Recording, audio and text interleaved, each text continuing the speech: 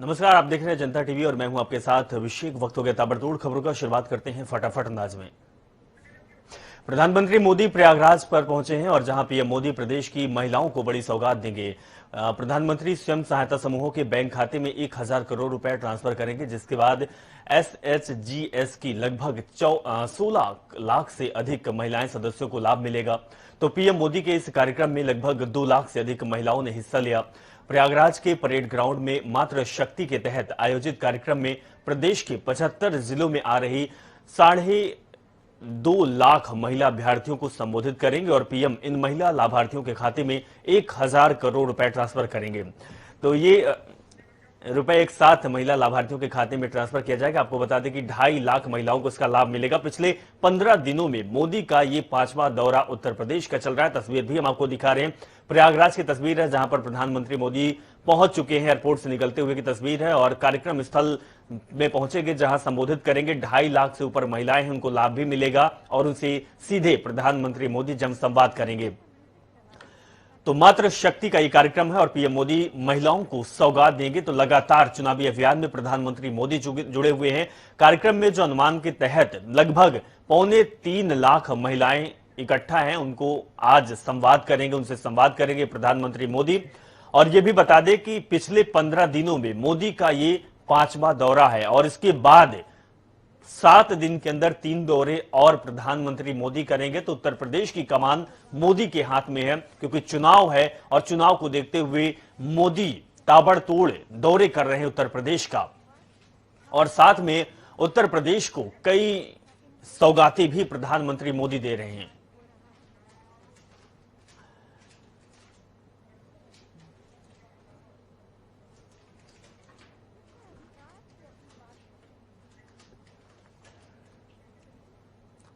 तो हम आपको तस्वीर दिखा रहे हैं प्रधानमंत्री मोदी की। वहीं हम आपको दूसरी तस्वीर भी दिखा रहे हैं जहां पर संसद में विपक्ष का हंगामा हुआ है और तस्वीर भी आपको दिखा रहे हैं। उनके साथ राहुल गांधी भी मौजूद हैं। तो विपक्ष यानी कि कांग्रेस और विपक्षी पार्टियां आज हंगामे पर उतर चुकी हैं। साथ में कांग्रेस का नेतृत्व कर रहे हैं राहुल गांधी। राहुल गांधी भी विपक्षी पार्टियों के साथ मौजूद हैं। हम आपको तस्वीर दिखा रहे हैं दिल्ली से संसद भवन की तस्वीर है जहां पर विपक्षी लोग सड़कों पर उतर आए हैं और दूसरी तस्वीर भी प्रयागराज से है। तो दो तस्वीर, एक तरफ प्रधानमंत्री मोदी का प्रयागराज दौरा है जहां पर महिलाओं से संवाद कर रहे हैं और दूसरी तस्वीर है संसद भवन की जहां पर संसद में विपक्ष का हंगामा देखने को मिल रहा है। बैनर पोस्टर के साथ राहुल गांधी और विपक्षी नेता मौजूद हैं। तो आपको बता दें कि लगातार उत्तर प्रदेश के जो मंत्री है जहां पर लखीमपुर खीरी ये कांड हुआ था, उसको लेकर राज्य गृह मंत्री अजय मिश्रा टेनी को लेकर लगातार विपक्ष हमलावर है और विपक्ष का कहना है कि आप गृह राज्य मंत्री अजय मिश्रा टेनी का इस्तीफा लो, उनको बर्खास्त करो। ये मांग लगातार विपक्षियों के द्वारा उठाई जा रही है, सदन के अंदर से लेकर सदन के बाहर तक। तो सदन के बाहर की तस्वीर आपको हम दिखा रहे हैं जहां पर पोस्टर में लिखा हुआ है कि लखीमपुर खीरी हत्याकांड के मामले में जो गृह राज्य मंत्री हैं उन पर भी आरोप लग रहा है। हालांकि उनके बेटे आशीष मिश्रा जेल में है, लेकिन गृह राज्य मंत्री को बर्खास्ती को लेकर लगातार विपक्ष हमलावर है। और जहां भी जनसभाएं होती है, चाहे वो कांग्रेस की बात करें, चाहे वो आम आदमी पार्टी की बात करें, चाहे हम बात करें समाजवादी पार्टी या फिर बहुजन समाज पार्टी, हर विपक्षी पार्टी सरकार को घेरते हुए नजर आ रही है। और विपक्षों के पास एक बड़ा मुद्दा है लखीमपुर खीरी का। लखीमपुर खीरी में गृह राज्य मंत्री अजय मिश्रा टेनी को लेकर लगातार विपक्ष हमलावर है और सरकार से कह रही है, प्रधानमंत्री और सीएम योगी आदित्यनाथ को घेरने की कोशिश में लगे हुए हैं कि प्रधानमंत्री आप हर जगह दौरा करते हैं, आप लोगों की सौगातें करते हैं, आप कहते हैं कि हम लोगों के हक के लिए बात करते हैं, तो फिर आपके अंदर ही ऐसे लोग हैं, उनको आप बर्खास्त क्यों नहीं करते हैं? चाहे वो राहुल गांधी की बात की जाए, चाहे वो प्रियंका गांधी की बात की जाए, चाहे वो अखिलेश यादव की बात की जाए, हर विपक्षी दल सरकार को घेरने की कोशिश में लगा हुआ है।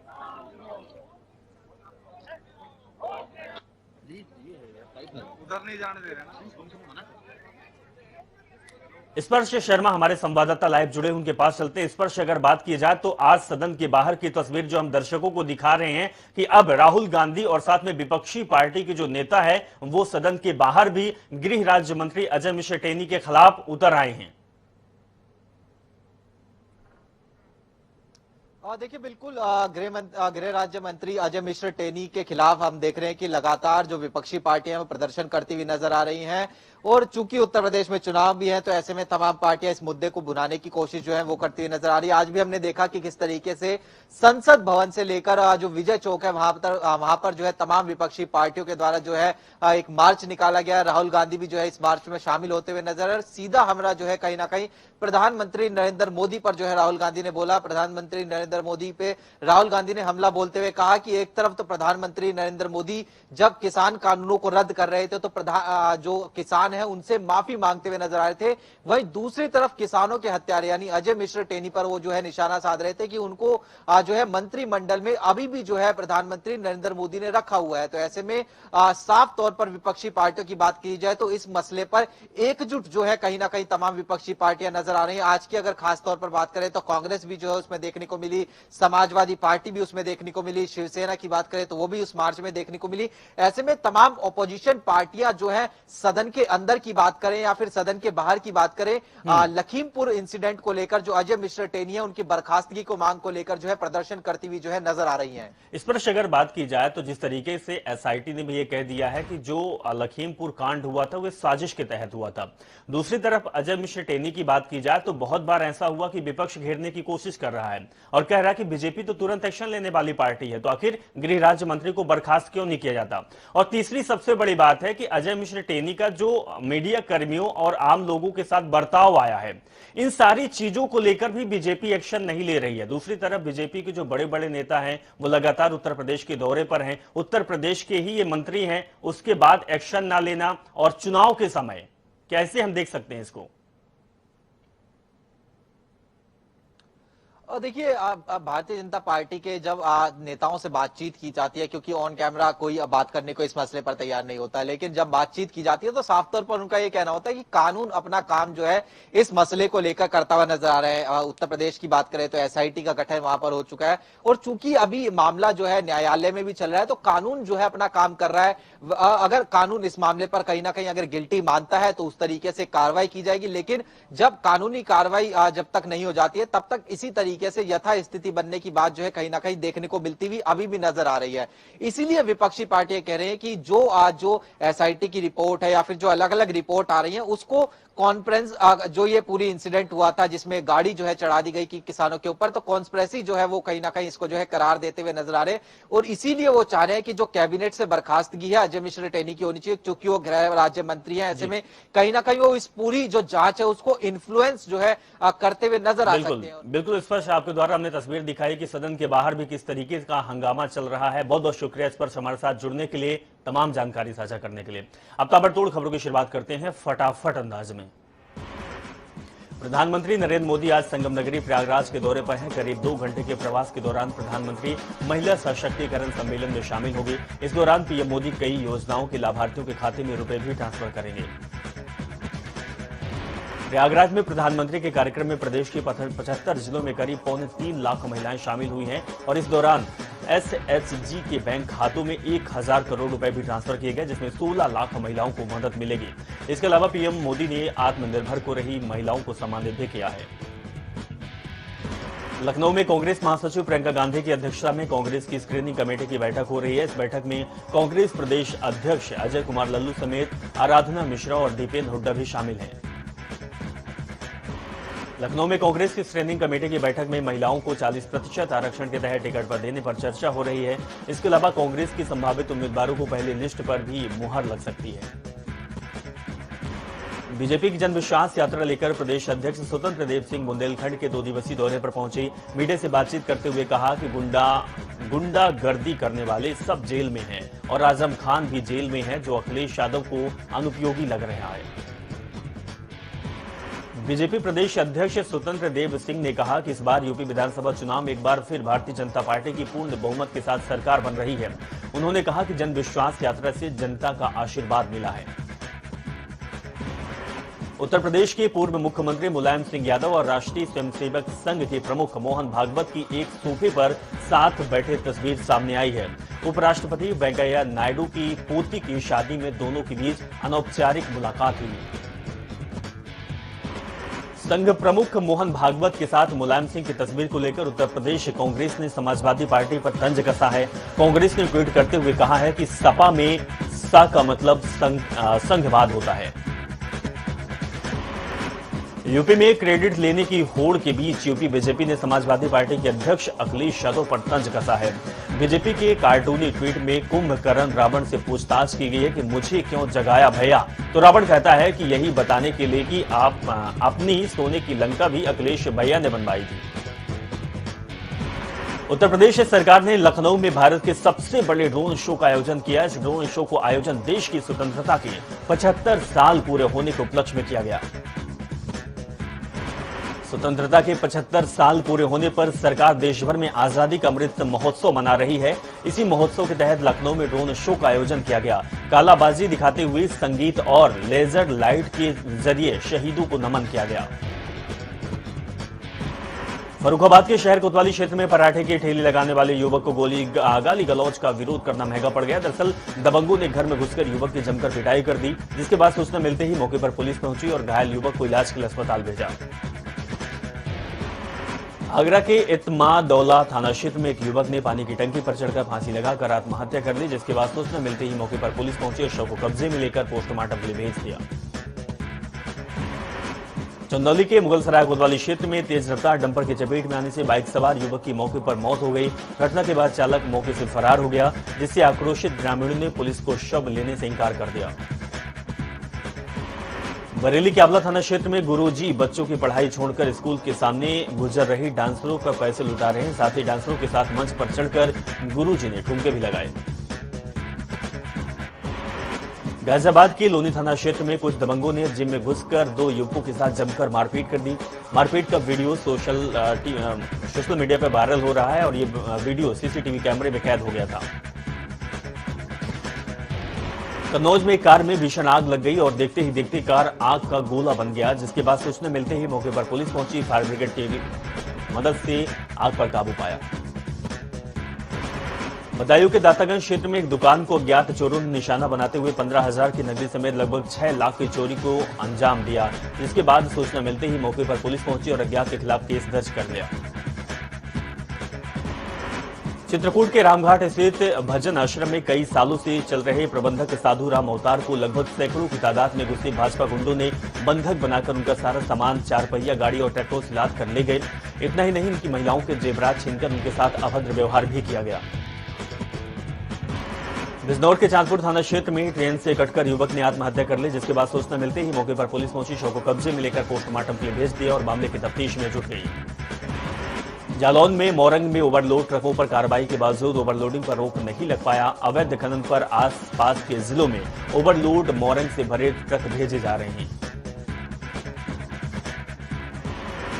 अमेठी के मुसाफिर खाना कोतवाली क्षेत्र में 60 साल के वृद्ध की ट्रेन में कटकर मौत हो गई, जिसके बाद सूचना मिलते ही मौके पर पहुंची पुलिस ने शव को कब्जे में लेकर पोस्टमार्टम के लिए भेज दिया और पूरी तफ्तीश में जुट गई। आगरा के मलपुरा थाना क्षेत्र में बाइक सवार बदमाशों ने 2 सेल्समैन में 5 लाख की लूट की वारदात को अंजाम देकर फरार हो गए, जिसके बाद सूचना मिलते ही मौके पर पुलिस पहुंची, मामले की तफ्तीश में जुट गई। कानपुर देहात में राष्ट्रीय सार्वजनिक इंटर कॉलेज के अध्यापकों ने छात्र छात्राओं के साथ मिलकर विशाल मतदाता जागरूकता रैली निकाली और 2022 विधानसभा चुनाव में 100% मतदान करने के लिए लोगों को प्रेरित करने के साथ ही लोगों से मतदान करने की अपील की गई।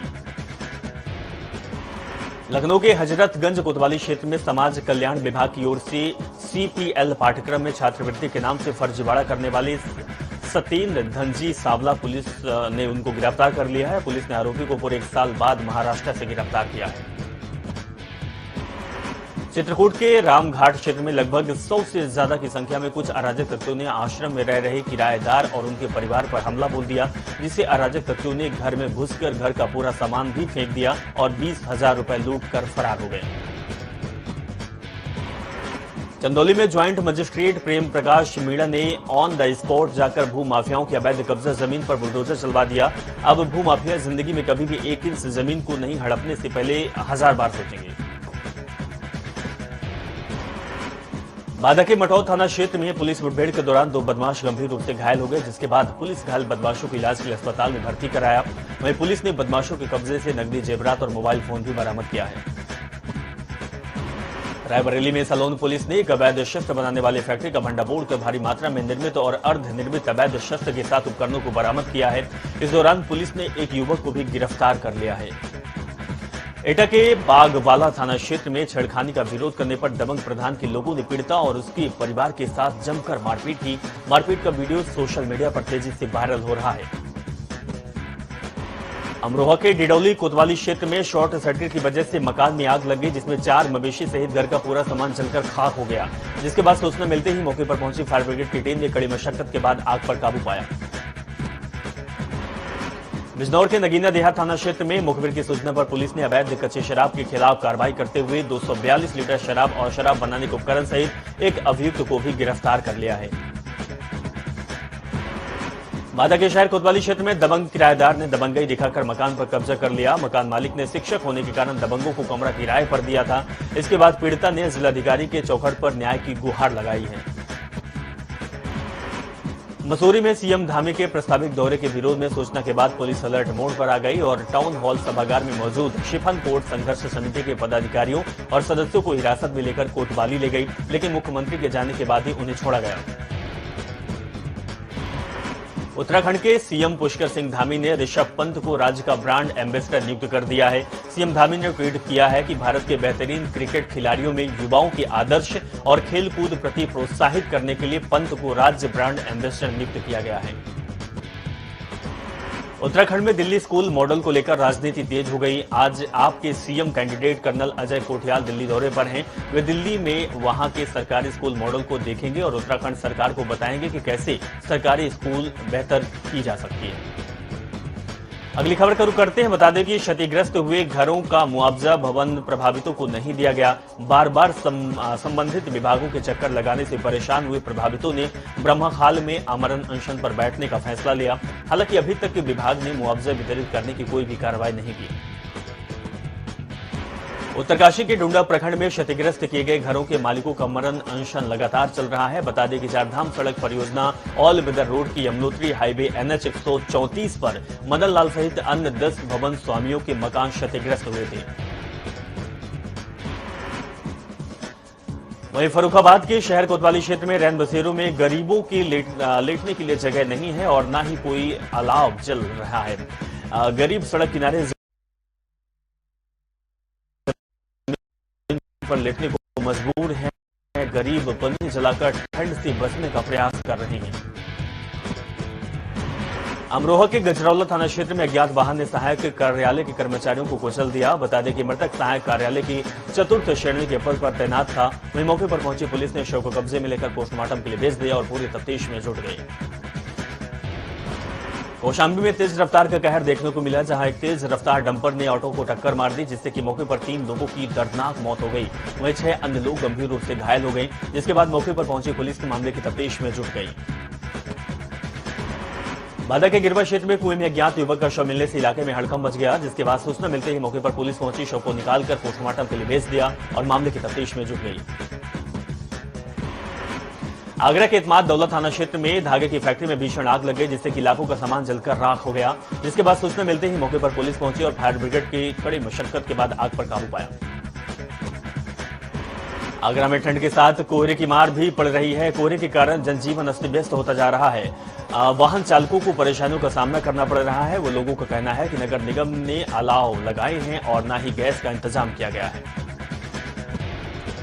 रायबरेली के डलमऊ क्षेत्र में रहने वाले युवक की दुबई में मौत हो गई। अब परिजन अपने लाल का शव पाने के लिए प्रशासन और सरकार से गुहार लगा रहे हैं। बता दें कि पिछले महीने ही पिता की अंतिम संस्कार में शामिल होने युवक गांव आया था। 5 दिन पहले ही वो दुबई वापस गया था।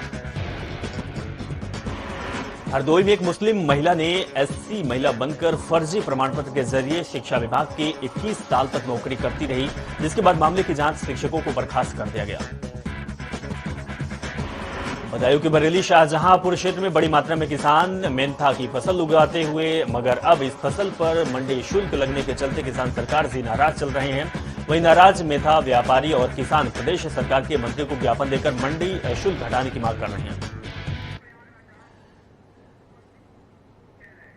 चलिए अब सीधे आपको ले चलते हैं प्रयागराज, जहां प्रधानमंत्री का दौरा है। प्रधानमंत्री के दौरे की तस्वीर दिखाएंगे, साथ में आपको यह भी दिखाएंगे कि उप मुख्यमंत्री केशव प्रसाद मौर्य जनसभा को संबोधित कर रहे हैं। बात करते हैं और भारतीय जनता पार्टी की केंद्र और प्रदेश में डबल इंजन की सरकार के माध्यम से मातृशक्ति के सम्मान में कोई कमी नहीं रखी गई। मैं आज लंबी बातें करने के लिए नहीं, यहां मैं भी और आप सब भी माननीय प्रधानमंत्री जी को सुनने के लिए आए हैं। मैं आज आप सबसे ही अपील करता हूं कि जिस प्रकार से देश और प्रदेश के हित में, गरीब और किसान के हित में, मजदूर और सफाई कर्मी यह प्रयागराज की भूमि है। आपको याद होगा मेरे माननीय प्रधानमंत्री जी ने यही सफाई कर्मियों के चरण धो करके उनको सम्मान देने का काम किया था। अभी बाबा विश्वनाथ धाम में मजदूरों की पूजा करने का काम किया था। आज मातृशक्ति के सामने वह सारे विषय यहां पर रखेंगे। मैं लंबी बात ना करके आप सबसे ही निवेदन करूंगा, दोनों हाथ उठा करके तालियों की गड़गड़ाहट के साथ एक बार माननीय प्रधानमंत्री जी का स्वागत करने की कृपा करें। बहुत बहुत धन्यवाद। भारत माता की बहुत बहुत धन्यवाद। बहुत बहुत धन्यवाद माननीय। नारी की सुरक्षा, सम्मान, स्वावलंबन के साथ उसका विकास करना माननीय मुख्यमंत्री जी की प्राथमिकताओं में से है। मैं बहुत ही आदर के साथ माननीय श्री योगी आदित्यनाथ जी से अनुरोध करूंगी कि हमारा मार्गदर्शन करें।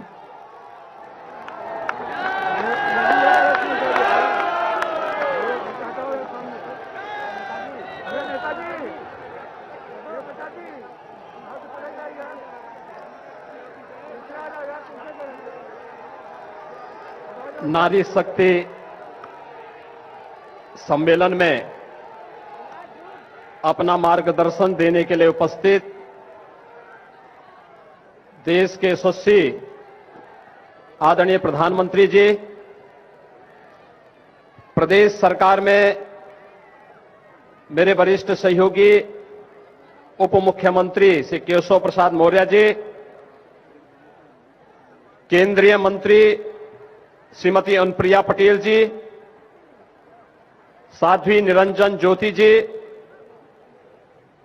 प्रदेश सरकार में मेरे सहयोगी मंत्रीगण डॉक्टर महेंद्र सिंह जी, श्री सिद्धार्थनाथ सिंह जी, नंद गोपाल नंदी जी, राजेंद्र प्रताप सिंह उर्फ मोती सिंह जी, श्रीमती स्वाति सिंह जी, श्रीमती गुलाबो देवी जी, श्रीमती नीलमा कटियार जी, श्रीमती संगीता बलवंत बिंद जी, महापौर श्रीमती अभिलाषा गुप्ता नंदी जी, जिला पंचायत के अध्यक्ष डॉक्टर वीके सिंह जी, मंच पर उपस्थित माननीय सांसद प्रोफेसर रीता बहुगुणा जोशी जी, श्रीमती केसरी देवी पटेल जी, सभी माननीय सांसद और विधायकगण और भारी संख्या में आज प्रयागराज की इस पावन धरती पर मातृशक्ति के सम्मान, सुरक्षा और स्वावलंबन से जुड़े हुए इस कार्यक्रम में उपस्थित प्रदेश के कोने कोने से उपस्थित सभी बहनें, मैं आप सब की ओर से देश के यशस्वी प्रधानमंत्री जी का हृदय से स्वागत करता हूं, अभिनंदन करता हूं। हम सब जानते हैं कि आदरणीय प्रधानमंत्री जी ने देश के अंदर 2014 में प्रधानमंत्री बनने के साथ ही बेटी बचाओ बेटी पढ़ाओ के माध्यम से आधी आबादी के प्रति जिस दृष्टिकोण को बदलने का कार्य किया था, आज उसके परिणाम हम सबके सामने देखने को मिल रहे हैं। मातृवंदना की योजना हो, मिशन इंद्रधनुष के माध्यम से टीकाकरण के अभियान को एक नई गति देने की कार्रवाई हो, या फिर हर घर में शौचालय के माध्यम से नारी गरिमा की रक्षा हो, या फिर माताओं को भी संपत्ति पर अधिकार मिले। प्रधानमंत्री आवास योजना में अधिकांश मकान जो मिले हैं वह महिला स्वामित्व के ही मिले हैं, नारी को ही प्राप्त हुए हैं। और इस समय जो एक बड़ा कार्यक्रम चल रहा है, प्रधानमंत्री स्वामित्व योजना के माध्यम से हर गांव में जिस गांव में जमीन पर अगर किसी गरीब का मकान टूट जाता था और दूसरी बार उसे मकान बनाने के लिए कार्रवाई करनी होती थी तो दबंगों के द्वारा मकान नहीं बनाने दिया जाता था। आज प्रधानमंत्री स्वामित्व योजना के माध्यम से हर गरीब को उसका अधिकार तो दिया ही जा रहा है,